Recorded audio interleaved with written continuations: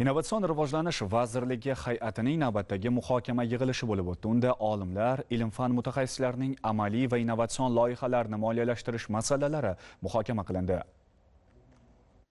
Vazirlik hay'ati muhokamasida filologiya, tibbiyot, iqtisodiyot, agrar va texnik yo'nalishlar bo'yicha moliyalashtirishga tavsiya etilgan 17 ta tematik loyihalar ko'rib chiqildi. Muhokama jarayonida hay'at raisi va a'zolari har bir loyiha bo'yicha aniqlik kiritilishi kerak bo'lgan savollarga loyiha himoyachilaridan javob oldi. Loyihalar, oliy ta'lim muassasalari, ilmiy tashkilotlar yoki turli xil ilmiy ish bilan shug'ullanuvchi xususiy tashkilotlar tomonidan ham topshirilishi mumkin. Loyihalar topshirilishida vazirligimizning fanportal.uz sayti orqali elektron ravishda hujjatlar yuboriladi.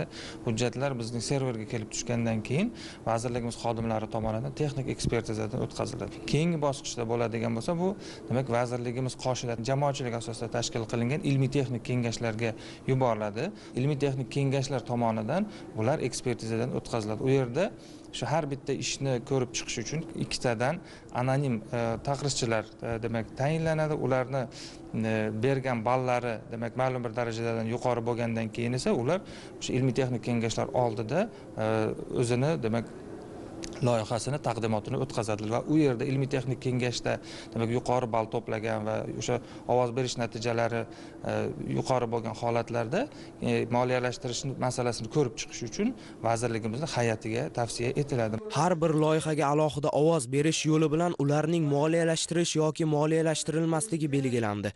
Yakuniy natijalarga ko'ra 17 ta loyihadan 13 tasi tegishli ilmiy texnik kengashlarga qayta ko'rib chiqish uchun berildi. 4 ta loyihaning esa moliyalashtirilishi belgilandi. Jumladan yurtimizda sug'urta faoliyatini raqamlashtirish va aqlli sug'urta texnologiyalarini yaratish loyihasidir. Shuningdek, bemorlarda yurak yetishmovchiligi kuzatilganda buyrak disfunksiyasini aniqlashga qaratilgan raqamli dasturiy tizim ham muhim o'rin tutadi. Mablag' ajratilishi belgilangan yangi loyihalardan biri ham aynan shunga yo'naltirilgan.